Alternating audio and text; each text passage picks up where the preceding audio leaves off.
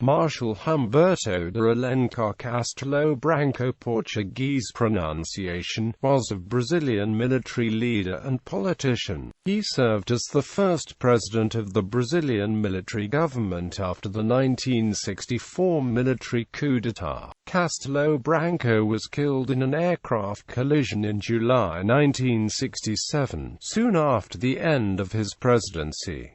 Family background: Castelo Branco was born in a wealthy northeastern Brazilian family.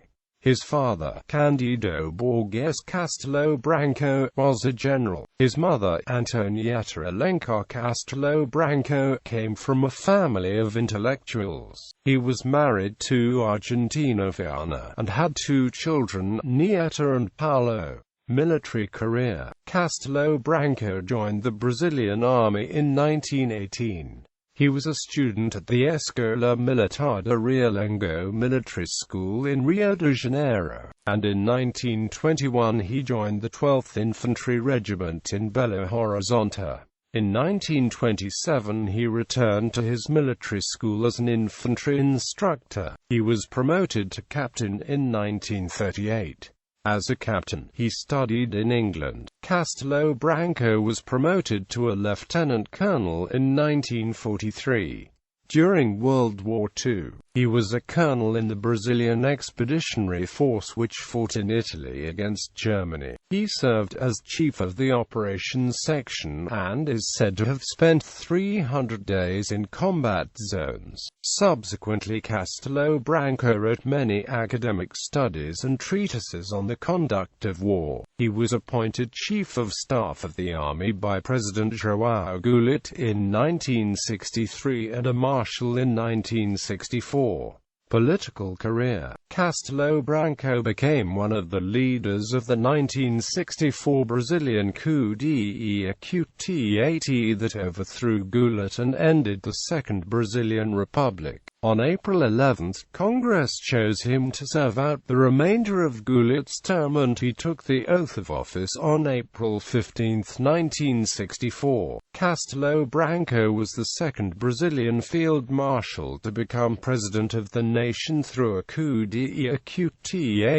The first was Deodoro da Fonseca, who deposed Emperor Pedro II of Brazil in 1889, ended Brazilian Empire and established the first Brazilian Republic. Castelo Branco was vested with emergency powers under the First Institutional Act, which among other things allowed him to cancel the political rights of subversive elements for 10 years. He was otherwise committed to permitting normal political activities while carrying out reform through legislation. In March 1965, municipal elections were held as planned. Castelo Branco had every intention of turning over power to a civilian president when his term was due to run out in 1966. However, the hardline offices within the regime, with the support of the War Minister Artur da Costa e Silva, wanted to stay in power for a greater period of time in order to achieve the political goals. Events reached a breaking point in October 1965 when opposition candidates won the governorships of the major states of Minas Gerais and Guanabara. Hardliners demanded that Castelo Branco annul the results, but he refused. Another coup was averted after War Minister Artur da Costa e Silva persuaded hardliners to recognize the election results in return for Castelo Branco's promise to implement a tougher policy.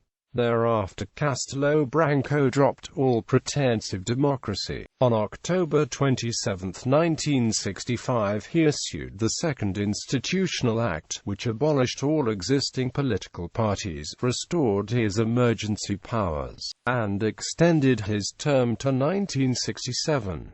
The numerous political parties were replaced with only two: the pro-government National Renewal Alliance Party and the opposition Brazilian Democratic Movement. In 1967, he convened an extraordinary commission of jurists that drafted a highly authoritarian constitution. Castelo Branco issued many repressive laws, most notably a highly draconian press law near the end of his term. This law continued to be valid in Brazil until 2009, when it was struck down by Brazil's Supreme Federal Court. He was succeeded in presidency by Costa e Silva on March 15, 1967.